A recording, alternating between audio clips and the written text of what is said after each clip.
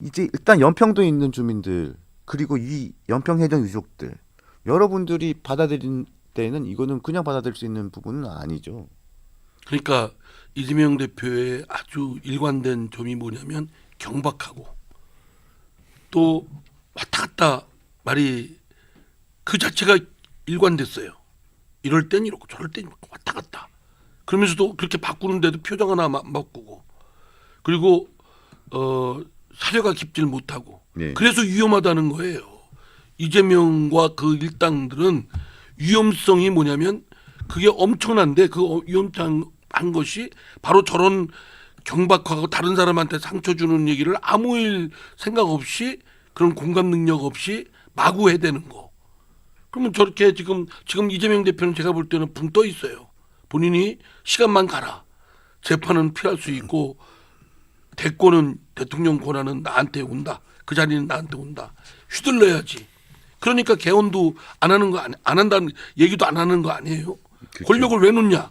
왜 줄이냐? 대통령 권력을 줄이고 뭐 견제와 균형 장치가 되자고 하니까 다들 이구동성으로 그렇게 하는데 본인만 아이고 지금 무슨 그럴 때 얘기할 때가 아닙니다. 이런 얘기 하잖아요.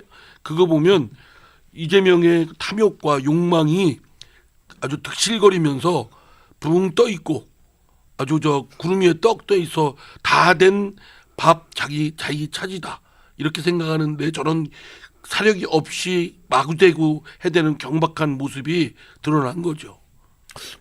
이 이재명 대표가 왜 이야기를 꺼냈는지 배경을 좀 볼 필요가 있어요. 근데 네. 이것 자체가 이재명 대표가 노리는 중도 흡수가 아니라 중도 반발을 불러올 수 있는 겁니다. 중도 반발요. 왜냐하면 네. 연평도 이야기를 꺼내고 꽃게밥 이야기를 한 건 이런 배경일 거예요. 그러니까 계엄이 그대로 진행이 됐다고 그 계엄이 윤석열 대통령의 계엄이 성공했다면 계엄 세력에 의해서 본인이 체포가 됐을 것이다. 그래서 끌려서 연평도로 이동하는 도중에 바다로 던져졌을 것이고 그리고 꽃게밥이 됐을 가능성이 높을 것이다. 이걸 통해서 이제 분노를 자극하려고 하는 것이죠. 지지층들의 또 탄핵 찬성층에. 근데 이게 어떤 의미냐면 이런 부분일 거예요.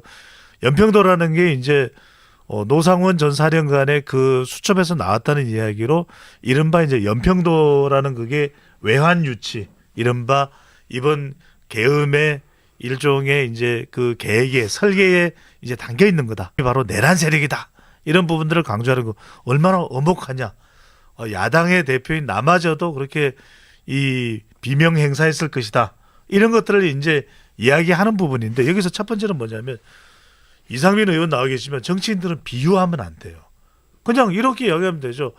뭐 내가 죽을 설 수도 있을 것 같다. 이렇게 이야기하면 될 일을 연평도 꽃게밥을 이야기하면서 이게 상처를 주는 겁니다. 왜? 연평도 어민들한테도 상처를 줄 수 있죠. 또 이 꽃게라는 게 뭐냐면 중국 어선들이 많이 우리 이 꽃게 어장을 침해를 해요.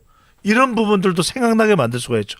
또 결정적으로는 바로 이 연평해전에서 순직한 바로 그렇죠. 김한국 이 상사인가요? 김한국 상사의 네. 이 유족 이 부분이 정말 완전히 격분을 하는 거잖아요.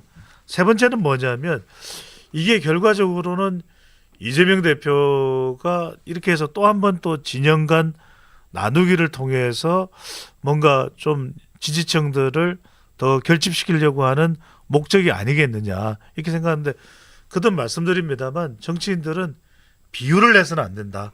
그냥 있는 그대로 하고 싶은 이야기가 있으면 담백하게 하는 것이 최선이다.